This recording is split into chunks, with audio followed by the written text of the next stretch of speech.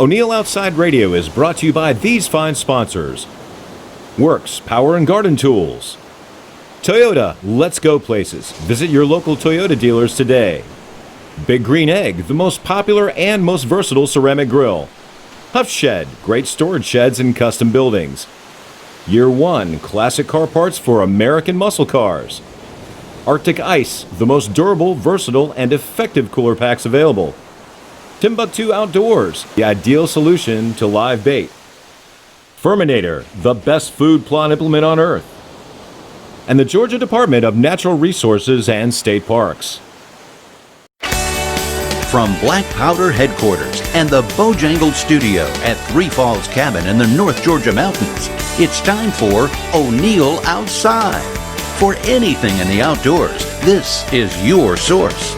Listen in and call the show with your comments or questions. And now, here's O'Neill. Welcome back, everyone. We have an exciting second hour of outdoors this morning to you from WORX Radio and the Bojangles Studio high in the mountains of North Georgia. Welcome to the program, everyone. You can listen to us at WSB 750 AM and 95.5 FM, plus the Sports Broadcast Network nationwide. So there you are, and hope you'll join us. If you'd like to do that, by telephoning the program, the telephone numbers are in the Atlanta area. It's 800-972-8255, or across the country at 800-972-8255. That's 800-972-8255. And it's my pleasure to announce to you, I failed to do so in the first half of the program, that this program is brought to you by WORX Tools, Stripling's General Stores, TUFF Shed, Snellville Heating and Air, Rocco's Pub, Georgia Department of Natural Resources, True Turn Hooks and Roadrunner Lures, Arctic Ice Freezer Packs, Fisher's Choice Baits, Gin Spring Generators, and Ritta Critter. So there you are. I want you to know, if you've just tuned in, this is a live program. You can watch O'Neill Outside Television at o'neilloutside.com, and you can take a look at and consider purchasing my book called, appropriately, O'Neill Outside. Right there on the home page, I'll sign the book for you, personalize it if you like, and we'll send it to you. We'll collect for it, but we'll send it to you. It's not free.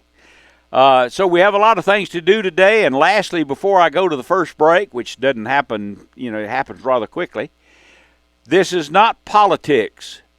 We accept no calls, no subjects about COVID. I'm sorry, it's early. I only slept an hour.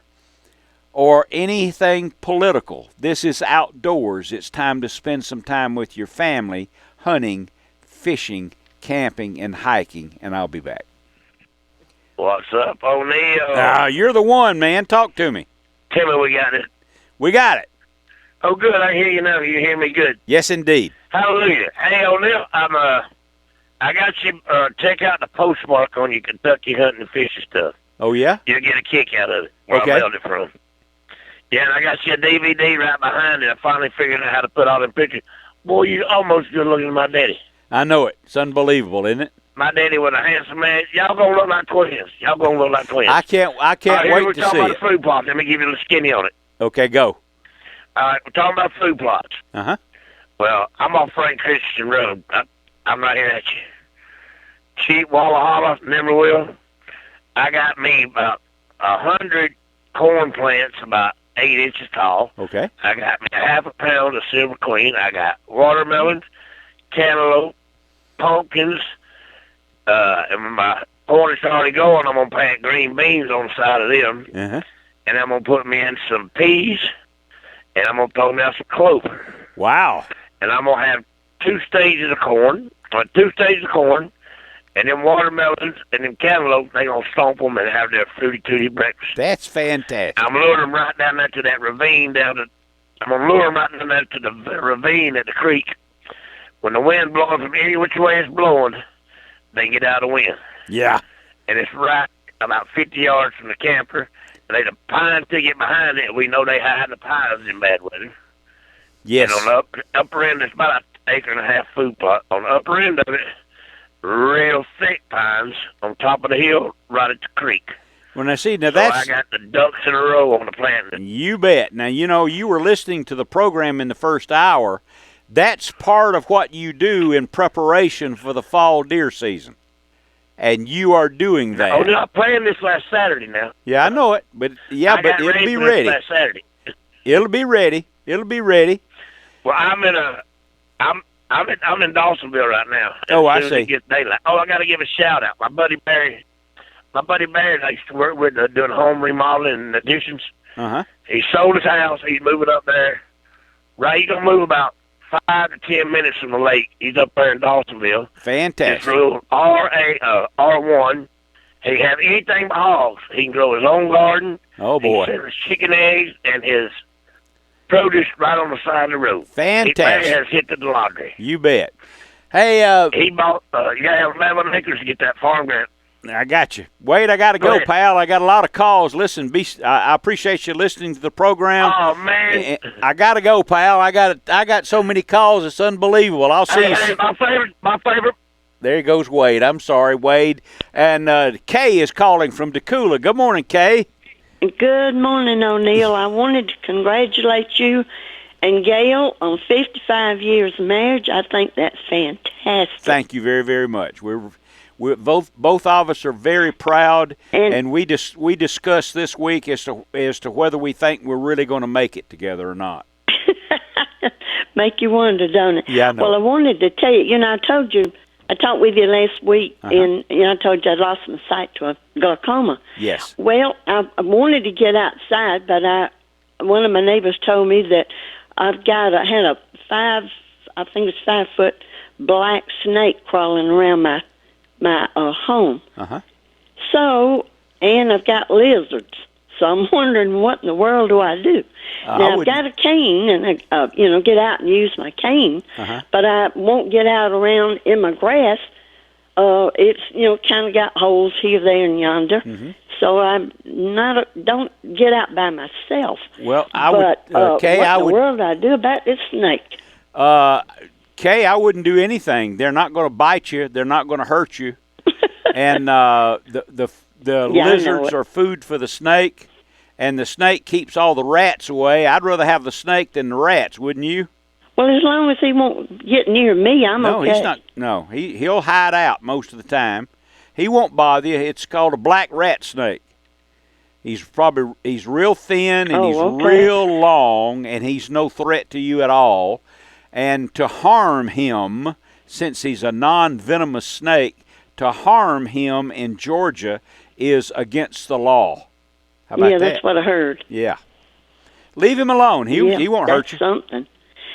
Oh, I'm not going to get anywhere near him. As long as he leaves me alone, I'm okay. There you go. And the lizards are called skinks. Skinks, S-K-I-N-K-S, I think is the name of those. And I'll tell you something interesting about them. Ready? When they are attacked or trying to be tracked down by a predator, if the predator gets them by the tail, their tail will break off and it'll grow back. Ooh. But their tail grows back. That's interesting. Yeah, and when their tail breaks off, their tail will continue to wiggle so it looks like it's alive. So whatever's been trying to attack them, they will go ahead and stay with the tail. Isn't that great? That is something. Yes, I want indeed. to tell you too. Strickland's. I really want to go there. Oh man! You have got me wanting to go, and it's not that far from where I live. Good. It'll be worth it. You're talking about in Bogart? Down in Bogart, on Highway 138. Now, what you need to do, be sure and plan to spend a few minutes, and go if you can. If you can, go during lunchtime or dinner, because they have a deli in there. Oh yes. They have a deli. You'll either eat lunch or dinner, and then you can shop at the fresh meat counter, and it's fabulous. Well, what I want to try the Brunswick stew. Oh yeah, They make that's a really good Brunswick stew they have. And ribs, oh man, I went there this week and had ribs for lunch. Oh boy. Yeah, oh boy is right. Sounds good to me. You bet. Kay, thanks for calling. You have a great week, darling. All right, thank you. You bet. You too. You and bet. Happy anniversary. Well, I'm sorry, I'm too quick. 19 after the hour. Let's quickly, I think we've got time. Let's quickly talk to Alan. Is calling from Woodstock. Good morning, Alan. I got 2 minutes. What do you think? Hey, what's going on, brother? It's Andy again. I'm sorry. That's okay. I need to rephrase my question for you. The question was, seems to me, outside looking in, that when you're fishing, that you stay pretty busy with your rod and reel. Yes. But the question was about these guys out on the lake that have 8 or 9 lines in the water, and their fishing poles are just kind of in a holder, and they're just kind of sitting there tending to all 5, 6, 7 of them. Like I said, with them all casted out and just in a little fishing pole holder. That was my question. Is there any advantage to that, or are they just kind of they're fishing to do it? All right, they're fishing for crappie, mostly shallow crappie. That's generally referred to as a spider rig. And they'll have 6, 8, maybe 10 rods in the water at the time. They're real long, soft-tipped rods, and what it allows them to do is they'll have 6, 8, or 10 baits in the water all at once. And cool. I've done that before, quite frankly. And sometimes when you come over a little shallow school of crappie, you'll have 6 or 8 rods go down all at once. Oh, wow. Well, that's cool. Oh, that's all I wanted to know. It was just bugging me the past couple of days. But, hey, congratulations to you and Woman Williams. She must be one heck of a lady to put up with you for 55 years. Isn't that something? Well, we think we're going to make it. I believe so. I think you've got them fooled. I think y'all are gonna pull it off. Yes, we are. Andy, I thank you for calling and listening to the show, sir. I really do. All right, man. Y'all have a good day. You bet. You stay in touch. There we go. There goes Andy. We need to go to a break here at 21 after the hour. This is O'Neill with O'Neill Outside. And when we return, it will be time for the radio prize package question. So put your brain in gear. We'll be back. Okay, at 25 after the hour, it's time for the radio prize package question. Richard is calling in a moment, and I'll get to you, Richard, I promise. First of all, let me get the rules for the radio prize package question out there. You have to be 18 years old, minimum, and you cannot ever have won a radio prize package before. The question is always about the show, about me, about Gail, the family, things I've said on the show. It is a reward for listeners. It's not just a trivia question. Today's prize package consists of, all right, hold on. I'm supposed to be ready for this. Bojangles gift card, a coupon from Swaggerty's, a Realtree hat and decal, a Big Green Egg koozie, Angler Magazine, DNR Rigs, Georgia State Parks Guide, Fisher's Choice Baits, True Turn Tackle, nice package, Arctic Ice Travel Pack, a Moon Phase Clock, which is very valuable, and a Hydro Shot glass from WORX. Here is the question. O'Neill and Gail's grandson is a hunting guide and cattleman in Texas and Oklahoma. What is his first name? So you can call about that. And now let's talk to Richard. Richard's calling from West Virginia. I always enjoy your call, Richard.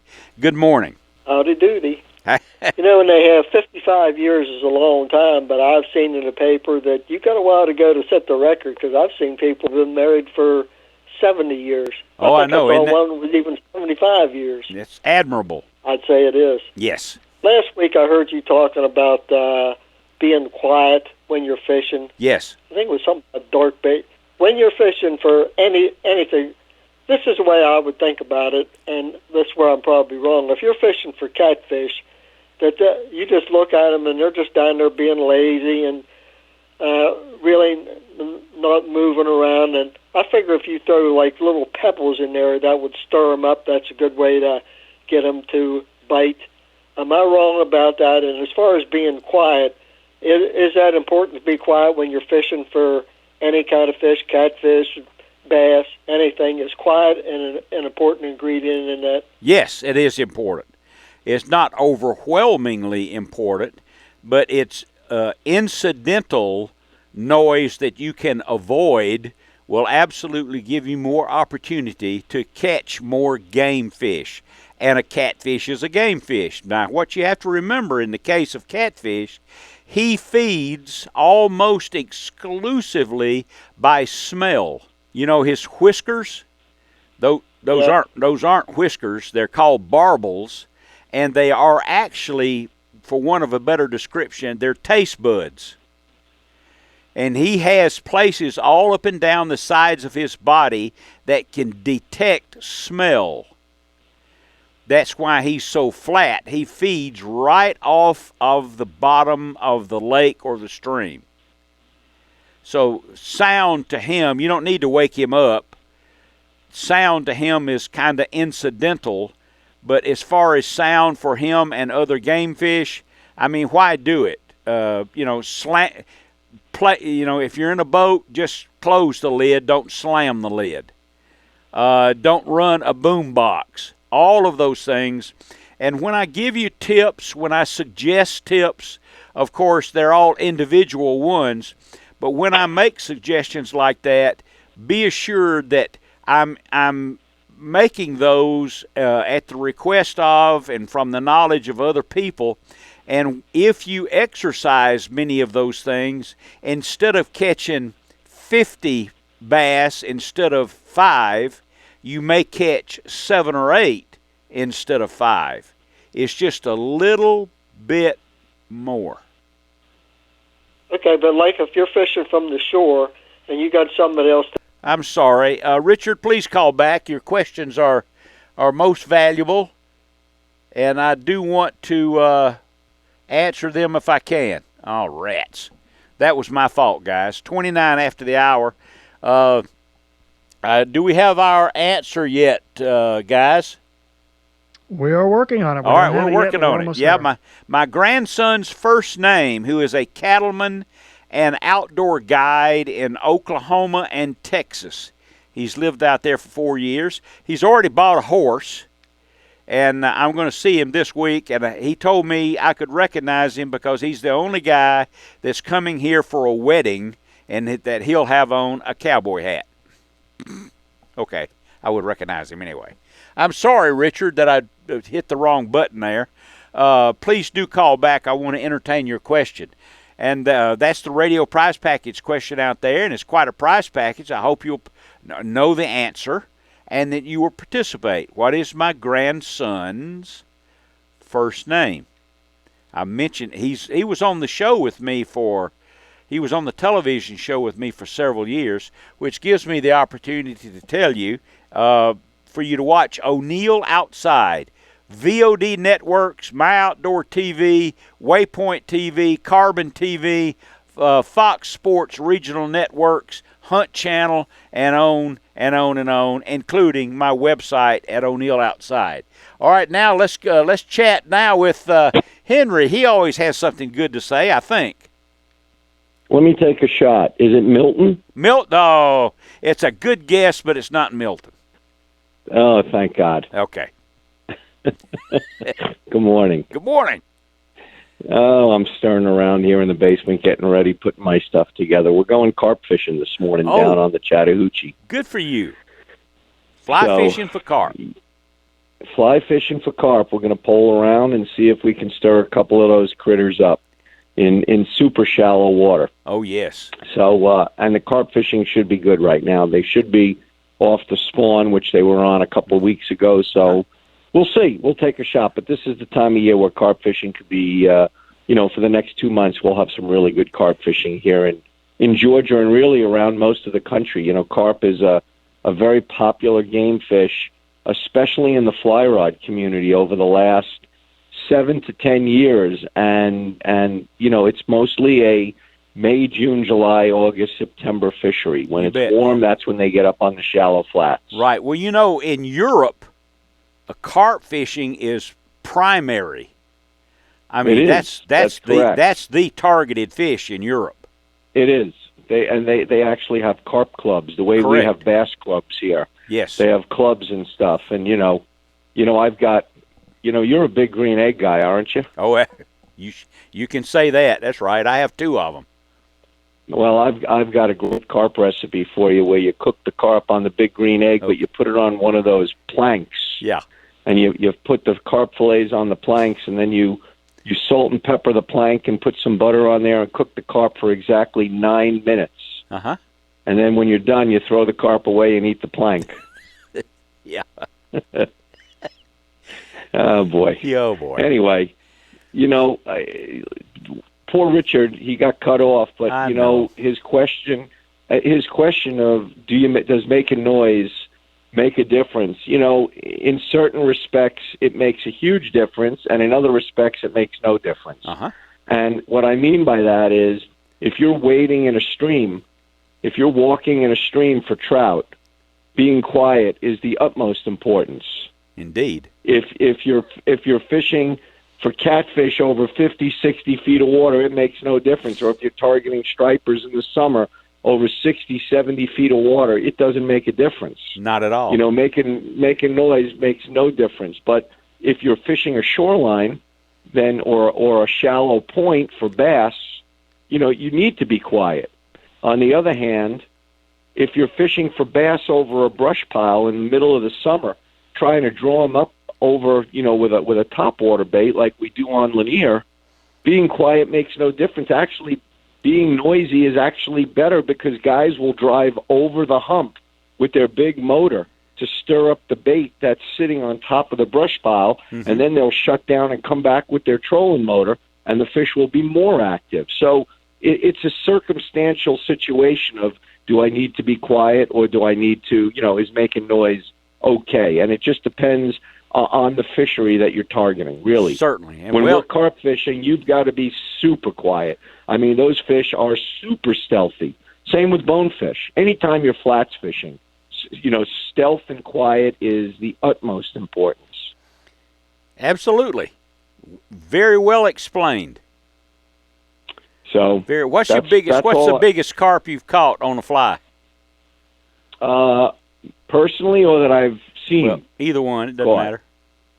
Well, 2 weeks ago, a young lady by the name of Kimberly Orstrom was out fly fishing the Chattahoochee River, and she caught a 25-pound carp on a fly. My goodness! In about 12 inches of water. Oh my goodness! And she sight fished the whole thing. She saw the fish come. She made the cast. The fish ate. And the crazy part about carp fishing, especially when we're catching them in that super shallow water, and especially with a fly rod, is the minute you catch them on that flat, the first thing they look to do is get to deeper water. So they run like the dickens. It's like being hooked up to the back of a Tundra. You take your fly line and attach it to the bumper and say, go. That's what it's like when you catch a carp in shallow water. That's terrific. That's great. It's great stuff. That's a great fishery for people to be involved in. And I've only got about 30 really seconds. So your explanation is very well made about the sound. I really appreciate that. All right, buddy. Well, look, you guys have a great weekend. Everybody stay safe out there. Stay safe on the water and stay corona-free. You bet. See you later, pal. Take care. You bet. There you go. Oh, everyone, we have an answer to the radio prize package. This is O'Neill with WORX Radio. We have more headed your way. And in the next break, after that, we'll sometime in that area have the Medal of Honor tribute, the #1 part of the show. We'll be back. Welcome back, everyone. It's 40 minutes after the hour. Let's get the radio prize package question out of the way here, if you will. Give away the radio prize package. My question was, Gail and I have a grandson who was on the television show with me. He is a cattleman and a wildlife guide out in Oklahoma and Texas. And Mike is calling from Lawrenceville. Good morning, Mike. Hello, Mike. Hey, O'Neill. How's it going? Just fine, thank you. Hello. Yeah, it's okay. It's me. And what is my grandson's first name so that you can win the prize package? Travis. Travis. That is right. Travis Johnson. Travis Johnson. How do you know that? Are you there? Yeah, evidently we pushed the wrong button again. Evidently. Okay, Mike, we'll send you the radio prize package, and I thank you for your participation in the show. He's still there. You still there, Mike? Thank you, sir. Okay. Yes, I am. How did you know Travis's name? I listen to your show pretty much every morning. Okay. Well, thank you very much. I was hoping that was the correct answer to my question for you. And give us a couple of weeks to get the prize package to you. I'll put you back on hold just in case we need to get some information. But you've got a nice prize package, and I appreciate your participation in the show. Thank you, sir. You bet. Thank you, Mike. There we go. Before we get to the, we're going to do the Medal of Honor thing here in a few minutes. First of all, let's talk to Stuart. He's calling from Jackson. Good morning, Stuart. Nope, I don't have Stuart any longer. On accident. He hung up. Okay. 42 after the hour. This is WORX Radio, and we've had sort of a, we might say, an interesting morning. And one of the things I want to do that I do every week is we have the TJs. I used to have a terrific friend. His name was TJ Stallings, and he worked for True Turn, and he was one of the most helpful, kind, knowledgeable, hardworking people I've ever met in the tackle industry. So we have he's not with us any longer. He was sick. So we have in this program and on the television show TJ's True Turn Tackle Tip of the Week. And I have a couple for you right now from TJ. The ramps are busy. The lakes are full of people because people don't have jobs and they're going to the lake. I think that's great. One of the things for you to do that will teach your family and your children about going to the ramps that are really busy these days is clean up. Put everything in the garbage cans. Take some plastic bags with you in the truck or in the boat and clean up before you leave. Leave it better than you found it. Okay? Now, this is important. I know that you're smart enough to use sunscreen. You use it on the back of your neck. You use it on your arms. You keep your shirt on. And with these new fishing designed shirts, they have long sleeves, high collars, wraps around your neck, and all of those things to help you stay out of the sun, because the sun is not your friend, my friend. I am a product of not being careful with that, and the list is long of what it's done to me. Excuse me. But I want to give you a tip from TJ. Put sunscreen, even if you've got on a hat, even if you've got on a neck wrap, put sunscreen on your ears. Yes, on your ears and your lips, especially children. You have children at the campsite. You've got children in the boat with you. They don't know to do that, but you do. Liberal sunscreen, not only everywhere else that you're exposed, but the top of your ears and your lips. I know in my own case, well, let's use another friend. I have a good friend who had cancer on his lips strictly from sun exposure. So, he's okay, but he had to have surgery. Now, last tip, then we'll get to the Medal of Honor and our other calls. And that is, you're going to a lake, 100 acres, 10,000 acres. You've never been there before. I've given you this tip before, but it works. It is a valuable tip. You don't know about this lake. You've never been there before, but you want to make the best of it, obviously, for your day on the water and for the people that are with you. If you do nothing else that day, be sure and go to where there's some current, whether it be a creek, a river, go up to the dam at the lake above the lake you're in. You will always, not always catch more, but from not knowing the waters, not knowing the lake, you will get bit more and have a more successful day if you find current. And it doesn't have to be the river. It can be a major creek. It can be a little cove with a creek in it. If you'll find current, you'll catch more fish.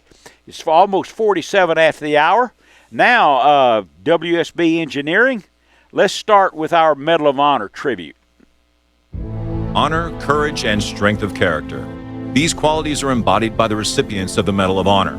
Now let's recognize this week's Medal of Honor recipient on O'Neill Outside. This is going to be hard for me to get through. Army First Class Charles H. Barker, Korea, June 1953. Private Barker and his companions surprised and engaged an enemy group digging replacements on a slope. Totally unprepared, the hostile troops sought cover. After ordering Barker and a comrade to lay down a base of fire, the patrol leader maneuvered the remainder of the platoon to a vantage point on higher ground. Barker moved to an open area, firing his rifle and hurling grenades on the hostile positions.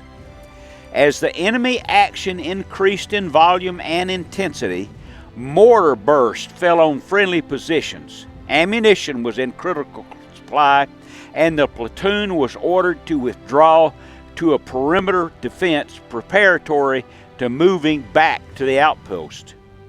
Voluntarily electing to cover the departure movement, Private First Class Barker gallantly maintained the defense and was the last seen in close hand-to-hand combat with the enemy. Barker's unflinching courage, consummate devotion to duty, and supreme sacrifice enabled the patrol to complete the mission and effect an orderly withdrawal to friendly lines, reflecting lasting glory upon himself and upholding the highest traditions of military service. Private First Class Charles H. Barker died that day, June 1953, and his body was never recovered. 49 after the hour. You're listening to WORX Radio every Saturday morning, 4 a.m. to 6 a.m. on WSB AM 750 and 95.5 FM and the Sports Broadcast Network nationwide. And if you choose to do so, you can watch the televised portion or watch this show televised on podcast from Waypoint TV, Carbon TV, The Hunt Channel, Gone TV, Outdoor Action TV, YouTube, YouTube TV, and on and on and on. It appears that O'Neill is almost everywhere. It's 50 minutes after the hour. Let's talk, Wade's listening. Let's talk to Black. What do you say, my good friend? Did you get your package? No, sir. That's the reason I was going to ask you, O'Neill. I hadn't got it yet. Well, when did you send it? I didn't, but somebody else did. And before we leave our conversation today, I'm going to put you back on hold so that you can pass along your address to the engineer there at WSB, and then he can forward that address to me. And I will see that you got you didn't get your hat or anything. That's already been done, O'Neill. Well, let's do it again. I say that's already been done. Well, let's do it again. Good talking to you, O'Neill. Have a good weekend. You too, pal. We'll follow through, I promise. I'm going to put you back on hold. I know you will. God bless you. There you are. Thank you, Black. we always enjoy our conversations with Black. He's a listener to the show and has been for a long, long time. I hope that you understand, give me a moment, I hope you understand the purpose. I want to explain it to you. I've done it dozens of times, so indulge me a moment. I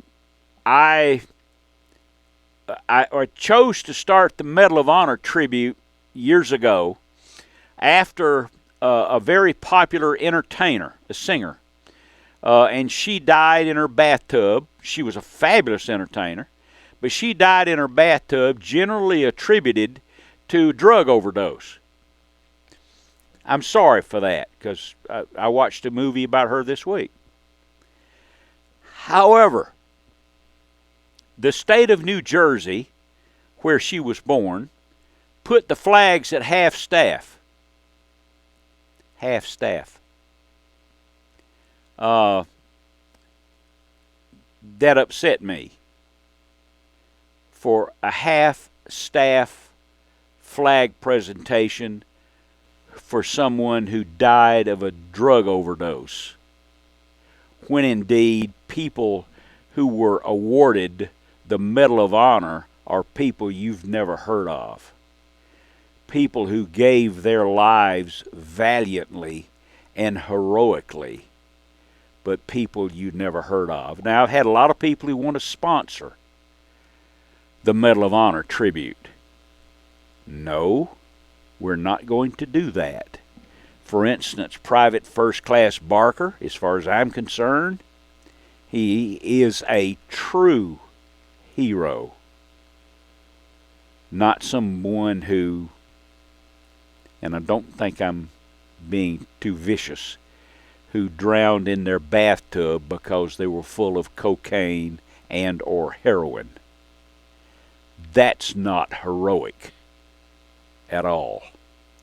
404-872-0750, 800-972-825. I hope that the time you spend listening to this program and watching O'Neill Outside, from my guests and callers, I hope you'll learn something and be encouraged about the outdoors. We'll be back. Well, it's been an exciting morning, hasn't it? Yeah, it's been exciting.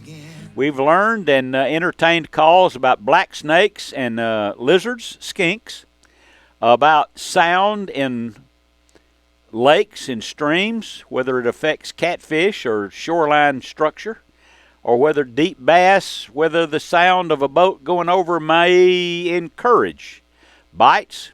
Plus, the chosen game fish in Europe very well may be the carp, and is getting more popular to be caught on the fly here in the South.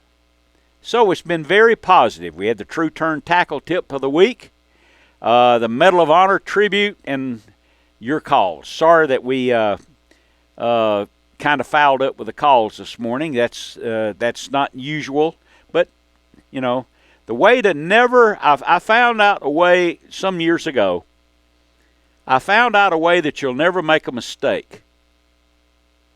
You'll never foul up, okay?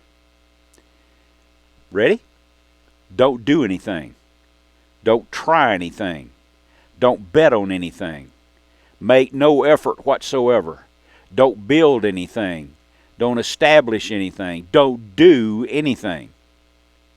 But of course, that is a huge mistake, isn't it?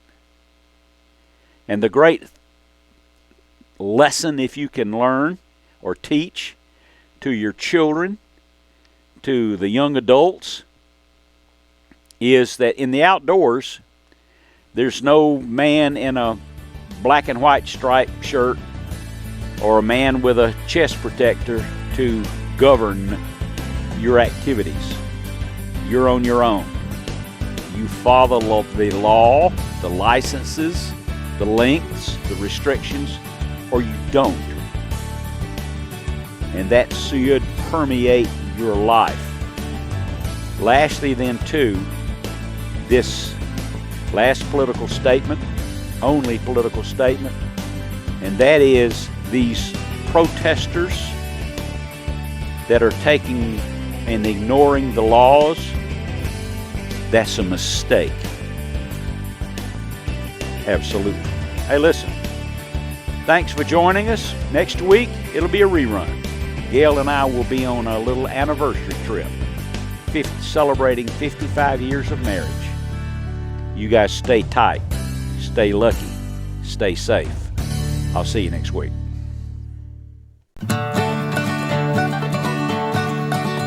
I once asked a mighty hunter, coming home from the field, how he came to possess such mighty hunting and fishing skill. He said, I'll tell you a secret, son. I learned everything I know from listening to O'Neill Outside on my radio.